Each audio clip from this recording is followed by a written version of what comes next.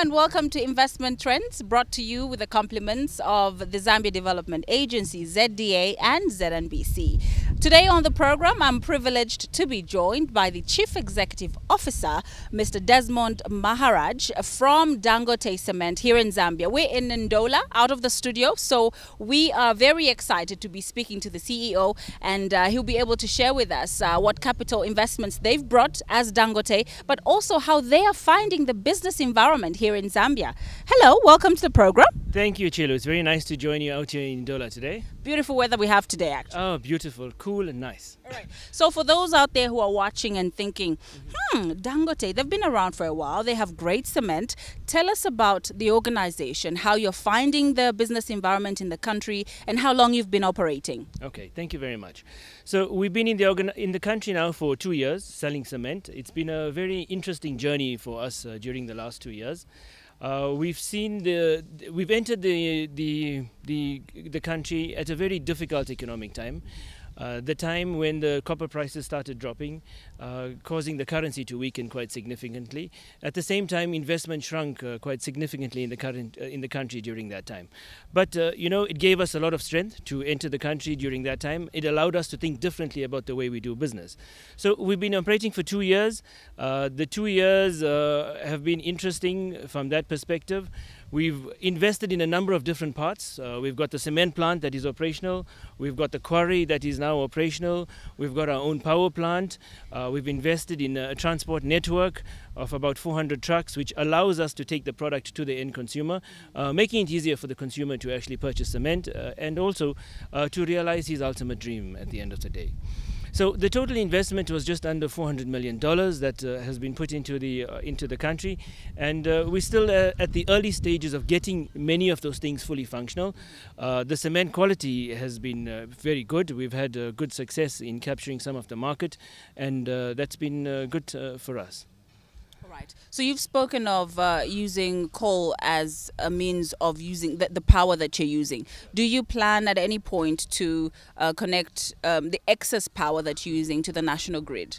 So this is something we're exploring with a few of the electricity companies, both with CEC as well as ZESCO, and we should be close to concluding a deal in the next few weeks or few months.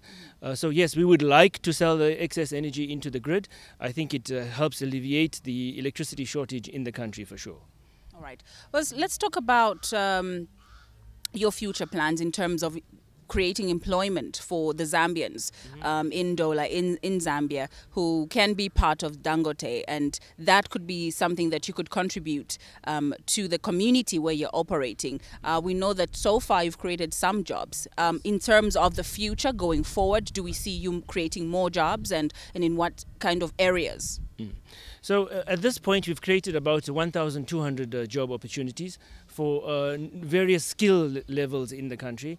So when I say various skill levels, we've got both unskilled levels, semi-skilled as well as professional levels, because that's what the organization required.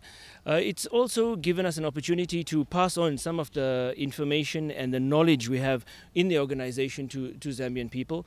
We talked about the power plant, and the power plant was the first thermal power plant in the country prior to Mamba opening their plant. At that stage, the information, the capability to run and manage such a power plant was not in the market. So it's given us an opportunity to educate people, and we're busy doing some knowledge sharing. The same is happening with respect to the cement plant. The cement plant has some unique capabilities that the other cement plants in the country don't have, and it's about getting the right skills and making sure we can empower local people. So the future investment will probably come as the economy grows. So we're looking for growth in the economy before we start doing any more investment. We'd like this investment to fully settle. As I said, it's only 2 years old, so it still has a bit of growing to do. It's having its own teething problems. But yes, the environment has been good to Dangote so far. Right. Let's talk about any linkages that you have created, forward and backward linkages in Masaiti itself, but also including the nation at large. Do we see you getting into other parts of the country? So in terms of linkages, we've offered opportunities for local entrepreneurs. Okay. Now, in terms of direct supply to Dangote, we're obviously sourcing our coal mainly locally. We're sourcing our cement bags locally. So these are opportunities for local investment. Then we've actually sourced a lot of other services locally. So at the cement plant, we have a number of companies that provide contractor services to us, be it the driving services that we get, be it certain running of the plant, be it in the quarry. So that has created a lot of opportunities for local Zambian companies to work with Dangote. And also it has allowed us to help grow their businesses, as well as for Dangote to understand the local environment quicker and better. So by partnering with some of these companies, they've allowed us to penetrate the cement market quicker. All right. So in terms of transporting your cement across the country, just take us through the processes that you take, and also what stakeholders you've engaged with in order to have your cement reach every corner of the country. Okay, so we have our own fleet of about 400 trucks transporting the cement to different parts of the country. At the same time, we use local transporters, as well as we starting to use Zambia Railways as well. So we're still at the very early stages in bedding down our process with Zambia Railways. So we'll have a multimodal transport network.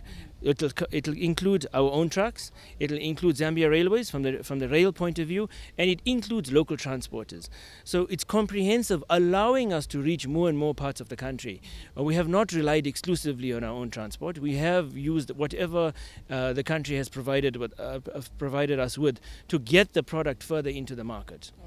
In terms of competition from other cement producing companies, how could you describe it? How are you rising above those challenges, if you have any? So the local cement producers have been competitive and aggressively competitive as well. It's allowed us to stay really on our toes and not slack off at all. We keep looking for additional ways to get the product into the market, to get the consumer to engage with our product. So yes, the competition has allowed us to be more aggressive in the market as well. So it's been good from that perspective. All right, let's talk about social corporate responsibility around Masaiti, where you're operating. What kind of initiatives do you have going in order to let the people know that you're not just after making money, but you also have the human aspect at heart? So with respect to corporate social responsibility, we haven't really started rolling out our programs.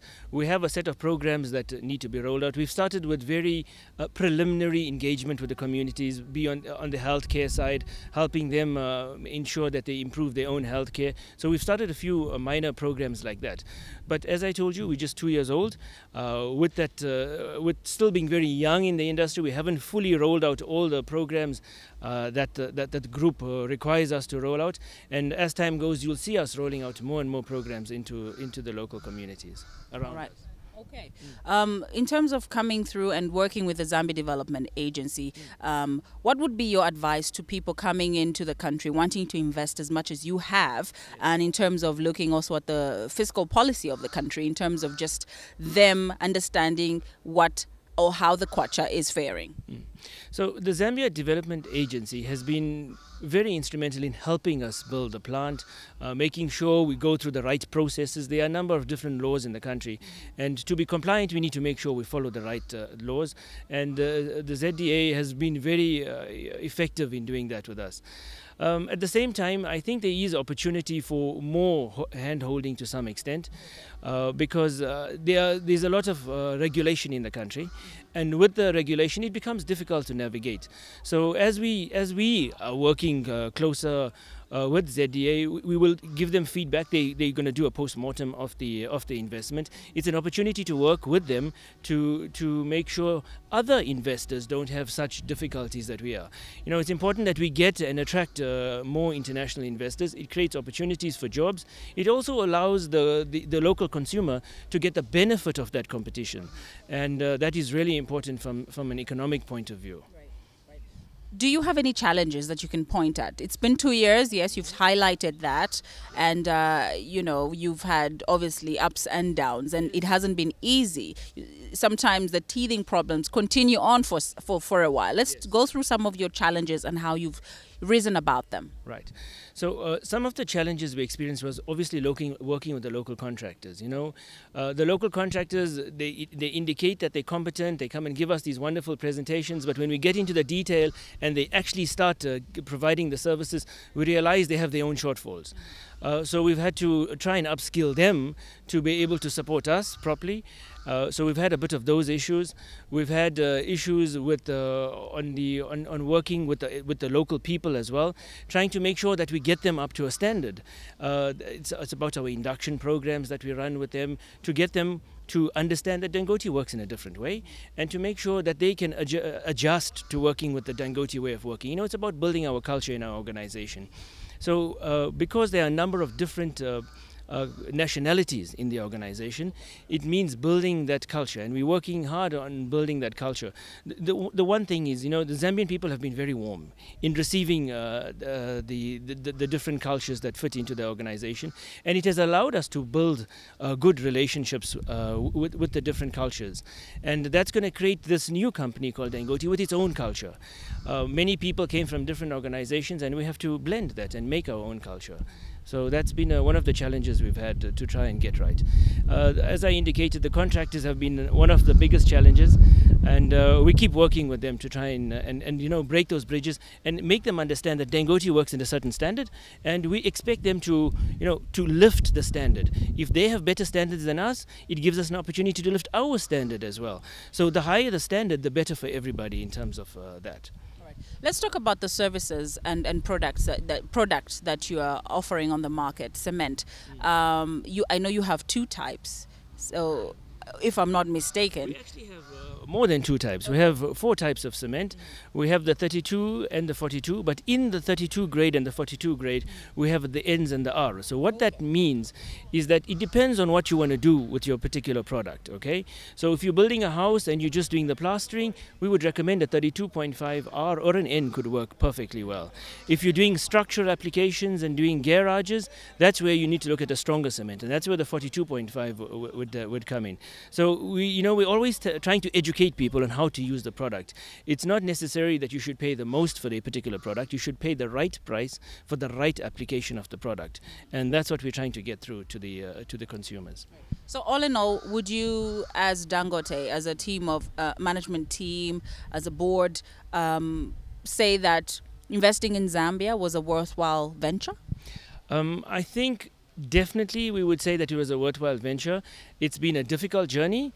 The journey is not near complete. It's a very early part of the journey for us as an organization, and we're here to stay, quite simply. You're here to stay? Yeah, we're here to stay.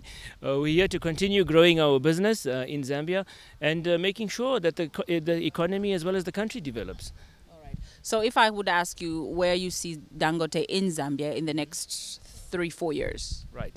So in the next 3-4 years, we see us deepening our market share. We're still at the very early stages of capturing our market.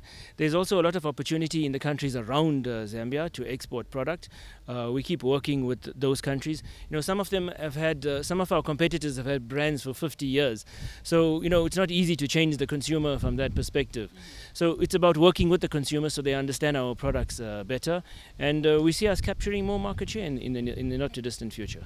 All right. Let's talk about synergies that you've created with the vendors. There are those who come through and they become you'd go and they come to you, buy in bulk, and then they go and sell from a smaller perspective or a smaller point of view. How are you creating those synergies with those and maintaining those relationships? So one of the opportunities for service for us is to get the product to the vendor, okay? So it allows the vendor to open his little business and be sure that the product's going to come to him, rather than, arranging multiple transport modes to get the product. So that's something that we've done.